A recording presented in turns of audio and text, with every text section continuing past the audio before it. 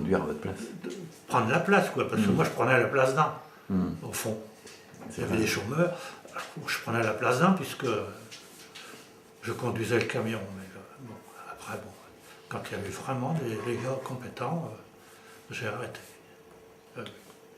Tout en continuant quand même. J'ai assisté aux réunions, parce qu'il y avait plusieurs trucs, de choses à faire aussi. Hein. Et ça vous prenait combien de temps par jour ça... Ben, je faisais 4 heures le matin, 4 heures l'après-midi. J'avais qu'une journée la semaine à moi. Ah, d'accord. C'était comme si je travaillais. Je faisais mes 8 heures. Ah, ouais. Et oui, pendant 3 ans, Il y avait M. Nantou, je crois, qui faisait aussi... il y avait M. Nanteau, oui, et M. Cauchois, il y avait M. Ridel, et M. Levassin, qui étaient des bénévoles aussi avec moi. Parce que quand il y en avait un au camion, il fallait qu'il y en ait un à l'atelier pour surveiller et ceux qui restaient à l'atelier.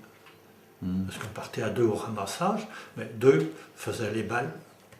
Donc la première presse qui nous a été donnée nous a été achetée par les Kiwanis d'Ifto, qui ont participé aussi. Comme le camion, c'est la ville de Barentin qui nous l'avait donné. D'accord. Ah oui. C'était, eux, ils changeaient de matériel. Bon, ils avaient sûrement les moyens, la ville de Barentin. C'était un petit camion. Bon, enfin, elle était utile puisqu'il faisait benne basculante. Alors, quand on arrivait avec le carton, on levait, tout était déchargé par terre. Bon.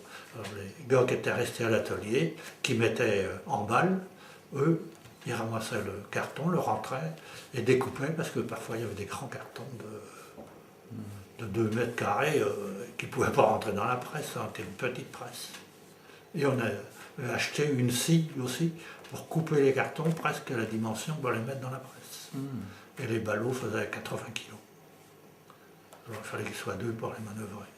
Et après, ces cartons-là, c'était une société qui venait les rechercher ou comment ça se passait? On avait la société des côtés de Rouen, de Bapau, qui eux avaient des remorques, quoi, des conteneurs, qui nous amenaient, et on les chargeait dans les conteneurs, et quand le conteneur était plein, eux ils venaient récupérer le conteneur. Ils nous en ramenaient un vide et repartaient avec un plein. Et à l'époque, on était content de pouvoir faire 10 tonnes de papier carton par mois. Et tout de suite, je crois qu'ils sont arrivés à... Oui, je ne sais plus combien, une centaine de tonnes, tellement que c'est volumineux. Il y a 3-4 camions maintenant. Ah oui, ils sont encore venus ce matin, ici, pour récupérer la benne. Oui. Et est-ce que vous avez une anecdote particulière à raconter sur quand vous avez travaillé ou quelque chose? Est-ce que vous avez un point précis à raconter, enfin une aventure ou quelque chose, non? Pas de aventure, non.